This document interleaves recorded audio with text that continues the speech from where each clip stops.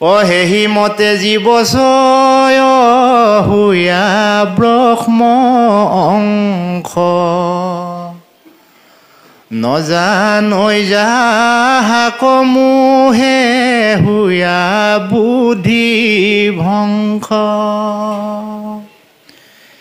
তেন্তে নাৰায়ণ তত্ত্ব জানিবানিপতি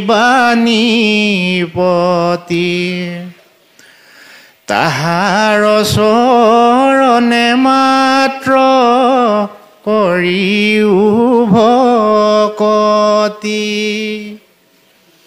যে ঈশ্বৰৰ মায়াৰ যদি আঁতৰ কৰিব পৰা নাযায় তেতিয়াহ'লে ঈশ্বৰৰ প্ৰকৃত ৰূপ দৰ্শন কৰিব পৰা নহ'ব। আৰু ঈশ্বৰৰ মায়া আঁতৰাবলৈ হ'লে তুমি প্ৰথমতে ঈশ্বৰক ভক্তিৰে ভজনা কৰিব লাগিব। সেইকাৰণে আমাৰ এই ভগৱন্তৰ ৰূপ দৰ্শনটোত শৰণৰ পিছৰ বেলিকাহে পোৱা যায়।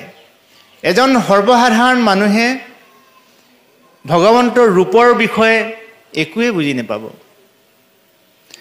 এজন খেতিয়কৰ অবিহনে খেতিৰ সঁজুলিৰ কথা যেনেকৈ অইন মানুহে বুজি নাপায়, এজন ভাল খেলুৱৈ অবিহনে বা এজন শিক্ষিত অধ্যয়নপুষ্ট শিক্ষকৰ যোগ্যতা থকা ব্যক্তিজনৰ শিক্ষাগতৰ যিখিনি আহিলা সেইখিনিৰ বাদে চহা জীৱনৰ খাটি খোৱা মানুহজনে যেনেকৈ বুজি নাপায়, তদ্ৰূপ ভগৱন্তৰ নাম মহিমাৰ কথা, ঈশ্বৰৰ ৰূপ দৰ্শনৰ কথা জানিবলৈ হ'লে ভগৱন্তৰ একান্ত ভক্ত হ'ব লাগিব। ইয়াৰ প্ৰাৰম্ভিক কিছু স্তৰ আছে। সেই প্ৰাৰম্ভিক স্তৰৰ অকণমান আমি আলোকপাত কৰিব খুজিছোঁ, যিহেতু আমাৰ হাতত সময় কম। ধৰ্মশাস্ত্ৰৰ মূল লক্ষ্য উদ্দেশ্য হৈছে পৰম ব্ৰহ্ম ভগৱন্তৰ গুণ গৰিমাৰে মানুহৰ নিজক নিয়ন্ত্ৰণ কৰা, নিজক স্থিৰ কৰা। অস্থিৰ মনক যদি স্থিৰ কৰিব পৰা নাযায় সি কিন্তু ধৰ্মশাস্ত্ৰই হ'ব নোৱাৰে। অস্থিৰ মনক স্থিৰ কৰিব পৰা মহৌষধ ক'ত পোৱা যায়? এই ধৰ্মশাস্ত্ৰত পোৱা যায়। কেনেকৈ অস্থিৰ মনটো স্থিৰ কৰিব পাৰি? আমাৰ যে এই সুন্দৰ দেহাটো দিছে ভগৱন্তই, এনেই তেওঁ দিয়া নাই।